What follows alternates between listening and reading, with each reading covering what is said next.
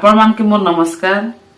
आज मुई पढ़ी सुनाबी प्राणी मात्रम को आशार राम।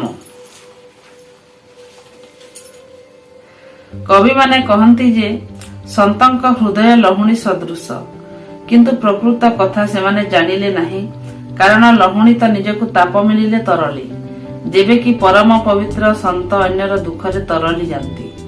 संतंक हृदय अति दयालु, ज्ञात अज्ञात सारे कौनसी जीव तांका संपर्क रे आसीगले रहे नहीं। ब्रह्मज्ञानी महापुरुष ब्रह्म भाव रे जहाकु निज हाथ रे स्पर्श करती, जहा परे दृष्टिपात करती, से जड़ पदार्थ मध्य कालांतर रे जीवत्व पाई मोक्ष प्राप्त करे। तेबे तांका दृष्टि रे आसीथिबा व्यक्ति मानकु निश्चित रूपे दिने ना दिने मोक्ष प्राप्ति हेबो, एथिरे आशंका नहीं। ब्रह्मनिष्ठ संत श्री आसाराम जी बापूंक पवित्र जीवन तो एमिति अनेक घटना रे परिपूर्ण, जद्वारा तांकर करुणा उदारता एवं पर दुख कातरता सहजरे परिलक्षित हुए। आज 30 वर्ष पूर्वर कथा। थरे पूज्यश्री बनास नदी कूल संध्या समय रे ध्यान भजन पाई बसिथिले। नदी रे आंठुए पानी थिला। सेही समय रे गोड़ रे आघात प्राप्त जने व्यक्ति नदी कूल चिंतित होई बसिथिबार से देखिले। से नदी पार होई निज ग्राम को जीवा पाई चाहुथिला। नदी रे आंठुए पानी, गोड़ रे गभीर क्षत, केमिति नदी पार हेबो, तेणु से चिंताग्रस्त थिला। पूज्यश्री तार चिंतार कारण बुझीगले, आउ ताकु निज कांधरे बसाई नदी पार कराई देले।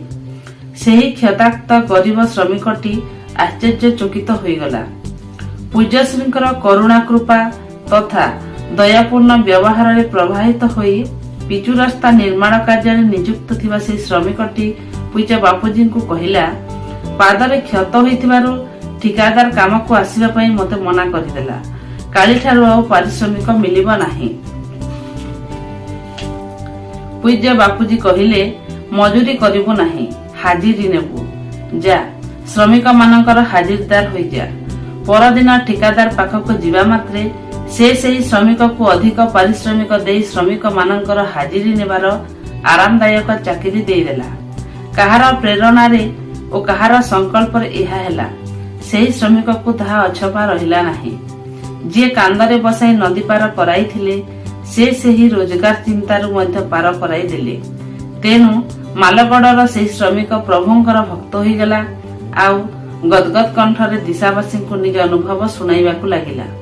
निरीह निसहाय जीवन को अथवा सबु दिगरु निराश होइथिबा दुखी पीड़ित व्यक्ति को कष्टरु मुक्त करी आनंद उत्साह भरी देथिबार एमिति अनेक प्रसंग अछि।